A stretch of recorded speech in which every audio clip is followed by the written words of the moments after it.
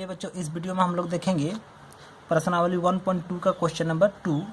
Question number 2 में बोला गया है क्या पूर्णांकों के निम्नलिखित युग्मों के एचसीएफ और एलसीएम ज्ञात कीजिए। मतलब इसका एचसीएफ और एलसीएम निकालना है, तीनों का ज्ञात कीजिए तथा इसकी जांच कीजिए कि दो संख्याओं का गुणनफल इक्वल टू एचसीएफ गुनी एलसीएम होती है।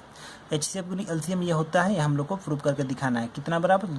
कितना बराबर तो दो संख्याओं का गुणनफल बराबर एचसीएफ गुनी एलसीएम होती है, ये हम लोग को चेक करके देखना है।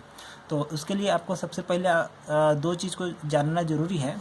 तो सबसे पहले ये नियम ही को लिख लेते हैं क्या कि यदि ए बी दो संख्या हो तो ए गुनी बी, मतलब दोनों संख्या को गुना कीजिएगा ना, तो वो किसके बराबर होता है, तो एचसीएफ गुनी एलसीएम। एक चीज़ ध्यान देने वाली बात है कि ये केवल दो ठो संख्या पर ही लागू होता है, तीन संख्या रहने पर लागू नहीं होगा। तो अगर ए बी दो संख्या है तो ए गुनी बी इक्वल टू एचसीएफ गुनी एलसीएम होती है। बात क्लियर है। दूसरा, जब हम लोग इसको बनाएंगे ना तो अभाज्य गुणनखंड विधि से इसको बनाएंगे, और उस समय हम लोग को एचसीएफ और एलसीएम निकालते समय दो चीज़ों को याद करना पड़ेगा। तो एचसीएफ निकालते समय देखेंगे क्या उभयनिष्ठ संख्याओं का गुणनफल निकालेंगे, और दूसरा एलसीएम कैसे निकालेंगे तो अधिकतम घात वाले संख्याओं का गुणनफल निकालेंगे। ठीक है, अधिकतम घात वाले संख्याओं का गुणनफल। अब जब बनाने लगेंगे उस समय ये चीज़ को बहुत अच्छा से समझाएंगे। तो चलिए देखते हैं क्वेश्चन नंबर 1, क्वेश्चन नंबर 2 का क्वेश्चन नंबर 1। तो इसमें क्या है, 26 और 91 है। तो सबसे पहले अभाज्य गुणनखंड करते हैं, जैसा कि क्वेश्चन नंबर 1 पे किए थे। अब इसको काटे, 2 1 2, 2 3 6, तो अभाज्य संख्या आ गया, मतलब आगे नहीं कटेगा। अब इसको भी काटे, 13 7 91 होता है, मतलब 7 से कटने वाला है। तो 7 का 7, 7 3 21, इस तरह हो गया। अब यहाँ पर हम क्या किए, 26 लिख दिए। तो 26 बराबर कितना हुआ, 2 गुनी 13, और 91 बराबर तो 7 गुनी 13 हो गया। अब एचसीएफ किसका तो 26 और 91 इक्वल टू कैसे होता है एचसीएफ, तो एचसीएफ उभयनिष्ठ संख्याओं का गुणनफल। तो उभयनिष्ठ संख्या कौन है, यहाँ देखिए तो 13 दिख रहा है ना, इसलिए आया 13। ठीक है। एलसीएम में क्या लिखे यहाँ पर देखिए तो अधिकतम घात वाले संख्याओं का गुणनफल। तो चलिए घात अधिकतम ढूंढते हैं। यहाँ 2 है तो 2 का घात कितना, 1, और यहाँ कहीं 2 दिख रहा है क्या, तो नहीं दिख रहा है, मतलब यही उतर जाएगा यहाँ। फिर दिख रहा है 7, तो 7 का अधिकतम घात कितना है, 1 ही है, तो इसलिए ये उतर गया यहाँ।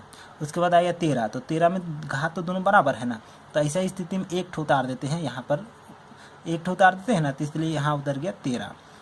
तो अब क्या करेंगे, सबको सिंपल गुना करेंगे तो कितना हो जाएगा, तो 13 5 65, 13 6 13 7 91, 9 1 9, 9 2 18, तो 180। तो इस तरह से एचसीएफ आया इतना, एलसीएम आया इतना। एग्जाम में जनरली इतना ही आता है, जांच वाला पोर्शन नहीं आता है, लेकिन इस बार क्वेश्चन पूछा है इसलिए हम लोग जांच भी करेंगे। और जांच भी करेंगे तो बहुत ज़्यादा लंबा चौड़ा नहीं करेंगे, बहुत शॉर्ट से निकल जाएंगे, क्योंकि एग्जाम में इतना ही आता है ना। जांच लिखने के बाद क्या करना है कि आपको ये दोनों संख्या यहाँ लिख करके दोनों को गुना कर देना है। जैसे गुना करेंगे तो इस तरह आया। अब इसको ये संख्या और ये संख्या में तोड़ दीजिएगा। अब इसको गुना करके देखिएगा ना तो इतना ही आता है, यकीन नहीं तो करके देख लीजिए। 13 का 13, 13 दूनी 26 के 6 हाथ में 2, 13 5 65, 13 6 13 7 41, 13 8 104, 104 105 106, 106 को यहाँ किए तो आ गया हम लोग का 10, 13 का 13, 13 और 10 23 है। तो इस तरह देखें ना इतना आया। तो आप दोनों को गुना करने के बाद क्या करना है, ये वाला एचसीएफ वाला भाग को लिख देना, फिर एलसीएम वाला भाग को लिख देना। ठीक है। अब ये किसके बराबर, एचसीएफ ना, तो यहाँ लिखा गया एचसीएफ, और ये किसके बराबर है, एलसीएम, तो यहाँ लिखा गया एलसीएम। तो इस तरह से दोनों संख्याओं का गुणनफल बराबर क्या हुआ, एचसीएफ गुनी एलसीएम, और ये हो गया प्रूव। तो उम्मीद करते हैं कि ये आपको समझ में आ गया होगा। तो वीडियो को लाइक कीजिए, और चैनल में नए हैं तो चैनल को सब्सक्राइब कर लीजिए।